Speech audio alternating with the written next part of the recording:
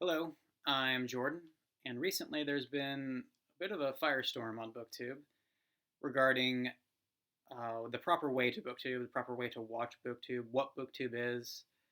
For some reason, it's just been kind of in the air and on people's minds. It's been on my mind too for a couple of reasons. First of all, just because so many people have been talking about it, but also because I recently hit a milestone on my channel, 500 subscribers, which is incredible and extraordinarily grateful. It also had a bigger impact on me than I kind of was expecting, and a bigger impact than I'm quite comfortable admitting in a lot of ways. I'll kind of be getting to that. But first of all, I kind of wanted to just give my own thoughts on the proper way to do this, if there is one. I don't really think it's my place to do that. I don't think it's anyone's place to say. These are all, of course, recommendations. This is just my opinion. But I'm going to mostly echo what Matt Wall said on his version of this, or his input to this discussion. I'll try to remember to leave a link to all the channels I mentioned down below. And his core point was quite simple and quite true, I think, which is simply you should do whatever you want to do on Booktube. Um, However you want your channel to be, you should do it. I think Steve Donoghue disagrees with that. He thinks that there are certain ground rules of etiquette that should be followed, and I understand that, but I feel like the point of having a channel and the magic of having a channel is that you are able to find people who are willing to view whatever you want to do, whatever that may be. That being said, you should certainly keep in mind that if you want to enter this community, you should behave with a certain amount of decorum and integrity. Keep in mind that these are human beings, and this is a community of friends talking to each other. So if you want to be a part of that, certainly there are rules of etiquette. But if you're simply trying to be creative or simply trying to have fun, there should be no rules to that. And part of the beauty of this platform is that there really aren't any rules to that, contrary to perhaps popular belief.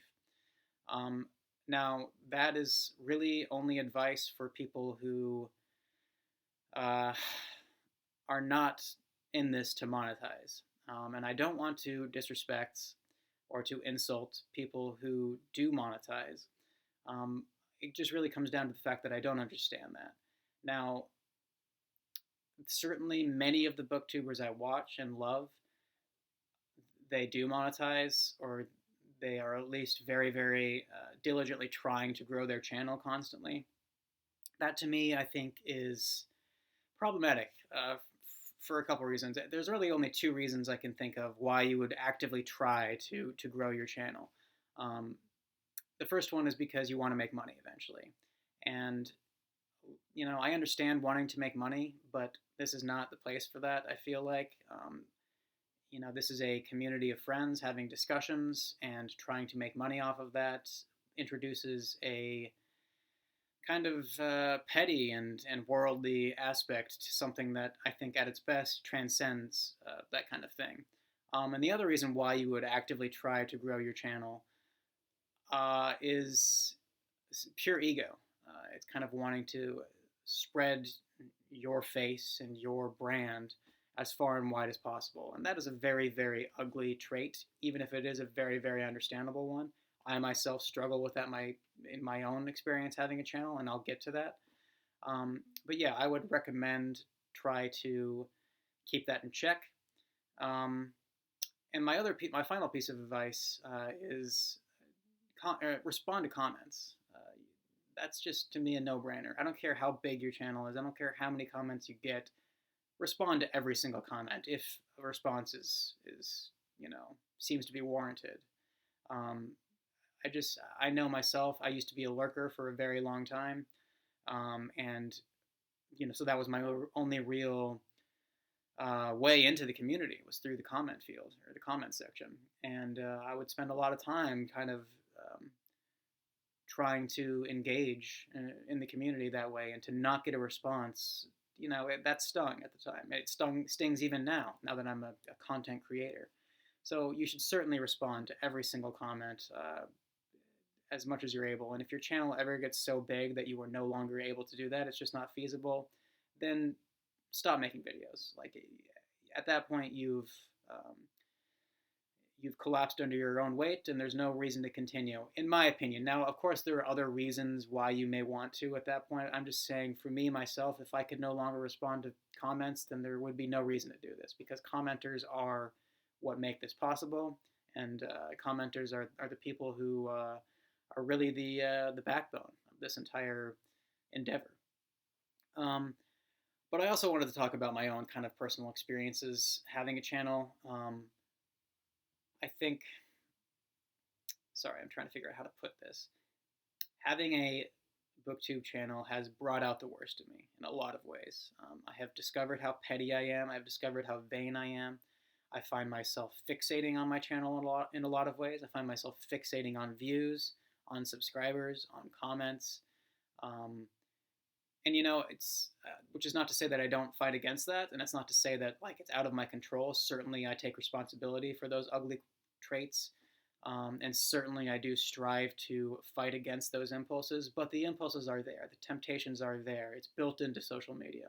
I'm not on any social media platform other than YouTube, so I don't know how it compares, and maybe it's kind of magnified because it's my only um, inlet into that world.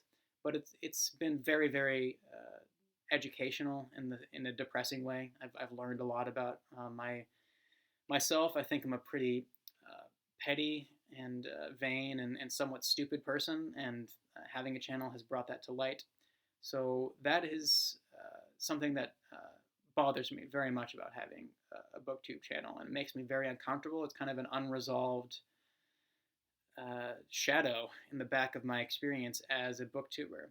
That being said, this is a beautiful platform in some truly unexpected and truly miraculous ways. When I started the channel, I basically started because I wanted to become more articulate in my speaking about books and maybe meet some people who shared some interests. And what ended up happening was so much bigger than that. First of all, my reading life expanded in some wonderful ways. I am a far more eclectic reader now. I am a far more observant reader now. And I'm a far more empathetic reader now, in the sense that I have a better understanding of other people's experiences with books, and other people's experiences with books and kinds of books that I, in the past, would have given no thought to at all. So that's been amazing. But even beyond that, I've made friends from this platform. I interact with people fairly frequently outside of YouTube as a result of this platform, and I interact with people about things other than books, amazingly, and on a deep level, like even spiritual matters. Like I have had some great conversations and some enlightening and some truly life-changing conversations with people as a result of like maybe Midrash, and that's because of BookTube. It's been truly broader than anything I could have expected, and certainly even like in my wildest imaginings of having a shit ton of subscribers, it did not come close to the benefits that I've gained from just meeting people. I'm not a particularly extroverted person. My social life in my physical day-to-day world is not particular. I don't have a broad social circle, so this platform has enabled me to not only meet people, like-minded people, but also to meet people with a broader and with a broader perspective than me. And I guess what I'm trying to say is it's really, really enriched my life in some ways that were just totally incomprehensible to me when I first started my channel, which is amazing. Now, it's difficult for me to reconcile that reality with the ugly aspects that having a channel brings out in me, myself, and in others. Like I'm not putting it all on me. I see these things happening elsewhere as well. And certainly I've had one particular experience, at least, in which, it was an unpleasant reminder of how ugly the internet can be and how that can even infiltrate our wonderful little community here on BookTube. So it's very hard for me to navigate that kind of the tightrope between those two worlds, because they do feel very distinct. Like I don't feel like they are necessarily enmeshed. I should be able to let go of these ugly qualities and still enjoy the wonderful qualities of having a channel. The problem is it's difficult for me, and sometimes the temptation is to simply stop making videos and just kind of interact with the community outside of having a channel myself. But I don't want to do that because this is also tremendous fun. So, anyways, that's kind of what I'm thinking. I just kind of wanted to lay it out there. There are some ugly qualities to having a channel in my experience, and I think that's fairly common. But it's also enriching in ways that are far broader than you may expect.